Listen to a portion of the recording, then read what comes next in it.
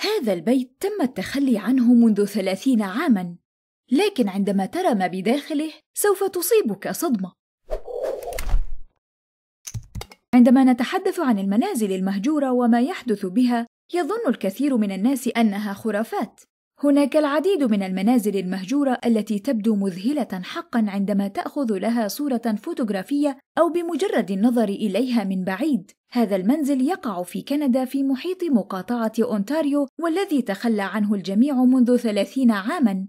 لكن بعد وفاة صاحب هذا المنزل الغامض، قام أحد الشبان بالدخول إليه وكشف أسراره، بحيث كان الجميع يتوقع أنه منزل كباقي المنازل المهجورة التي لا تصلح للسكن. لكن شاهدوا معي هنا، هذه هي الغرفة الرئيسية للمنزل، والتي يوجد بداخلها أوان فاخرة وجميلة، والأثاث النظيف هنا شبيه تماماً بمنزل حديث.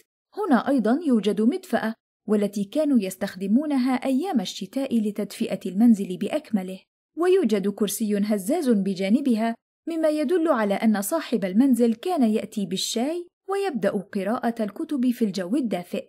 هنا أيضاً يوجد منظر رائع من النافذة، وتوجد طاولة السفرة أمام النوافذ ليلقى صاحب المنزل بعض الهواء، ويوجد بيانو للترفيه. هذه هي غرفة الضيوف. يبدو أن صاحب المنزل كان يحب الموسيقى كثيراً، لأنه حتى في غرفة الضيوف يوجد آلات موسيقية. يمكننا هنا أن نرى المطبخ الصغير، ربما يبدو قديماً، لكن أنا أعتقد أنه قبل 30 أو 40 عاماً كان يتماشى مع العصر الحديث. إذا أعجبكم الفيديو لا تنسوا وضع الإعجاب والاشتراك في القناة. نراكم على خير.